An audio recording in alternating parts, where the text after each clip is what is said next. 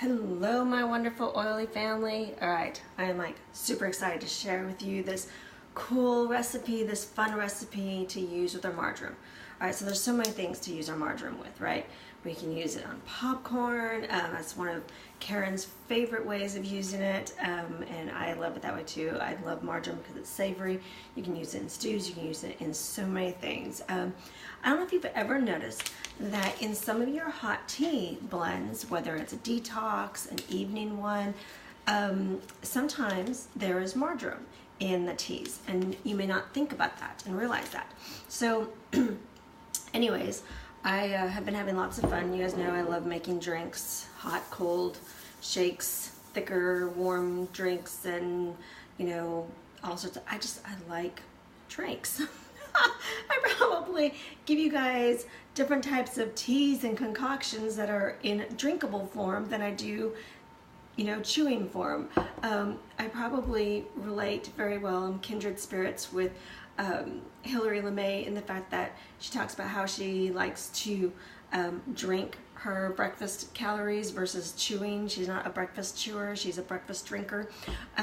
So that's kind of me. I like creating things either in my blender or with my tea kettle. So anyways, some of the things that I've been experimenting with and having fun, I decided to try something with our marjoram that turned out so fantabulous that I had to share this with you guys.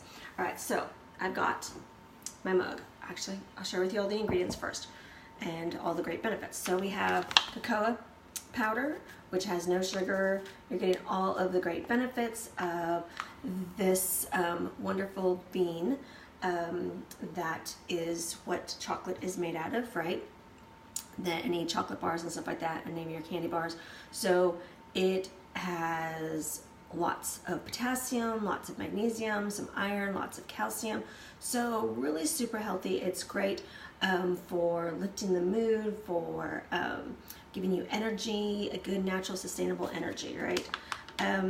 Then we're going to use a nut butter of some sort. So the whole premise of this drink is, how many of you love to have chocolate and peanut butter put together, right?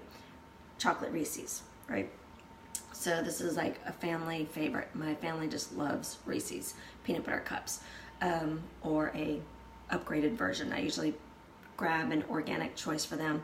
I've made some really low glycemic choices and everything, but they're not real keen on I've done some of the different sweeteners and stuff like that, natural sweeteners. But anyways, I always like to upgrade and to figure out different things. But again, I like drinking my treats more than I like chewing on my treats. So I have created a Reese's drink with cocoa powder, any type of nut butter. Of course, if you're not allergic to peanut butter, picking out a really good organic peanut butter. I have an awesome coconut almond butter that I really enjoy, and it's creamy. You want to pick a creamy version of anything. I like tahini butter, just because it gives it a different sort of flair, and a lot of people know of tahini butter being in hummus, but it is kind of like avocados in the sense that you can make tahini butter sweet or savory. You can do lots of different things. Now you have to like sesame seeds, and it is a little bit different, but it's a lot of fun. I like it. And the milk that I'm going to use today is new. I usually do coconut milk, almond milk, or different types of milk, right? I came across this walnut milk. I was super excited because walnuts are really great for the brain. I love the fact that walnuts really kind of give a picture of what our brain looks like, and so it reminds us that it's really healthy for our brain. The sweetener I'm going to use is the English Toffee Sweet Drops. Let's see if I can get that to not glare for you guys. There we go. I think maybe that's better. I don't know. It's still glaring. Sorry, but it's the sweet drops that I always get from Sweet Leaf. And then we're going to do a drop of marjoram and a drop of cassia. Okay, so this is super fun. So we're going to first put our cocoa in, a tablespoon of cocoa powder. So here's my mug. I'm going to do a tablespoon of cocoa powder. All right. And then I'm going to do tahini butter because I'm just in the mood of tahini butter. I'm going to do about a tablespoon of tahini butter. Okay. And then I'm going to do probably about 10 drops of the English toffee. Then 1 drop of cassia.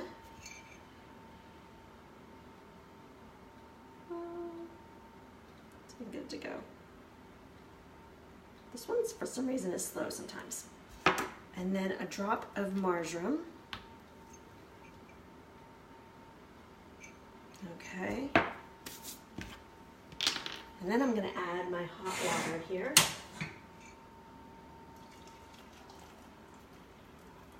And I fill it up about halfway because, as you guys have probably gotten used to the fact that I like my awesome Cuisinart emulsifier. So I'm going to spin it around. And then I add my milk. And I add it about 3/4 up. But again, I have to kind of go slow so I don't swirl it everywhere. So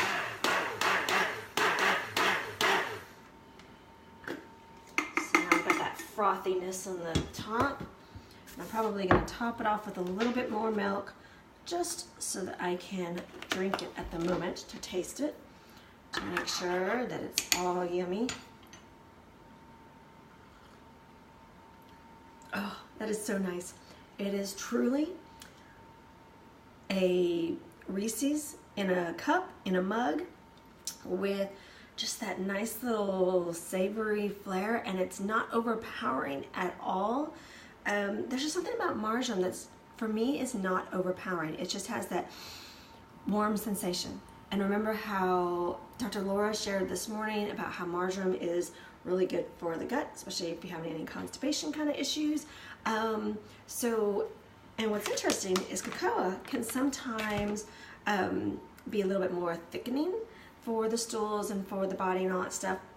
So when you balance the two of them together, you can make sure that you stay balanced, and and it just, again, it gives a nice rich fullness to your tea or to your hot cocoa.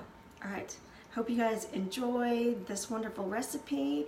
I look forward to hearing any of your shares, any of your posts, any of the fun ways that you are using marjoram in either tea or cocoa or any other recipes. All right, you guys take care and have a beautiful, blessed rest of your day, and God bless. Bye-bye.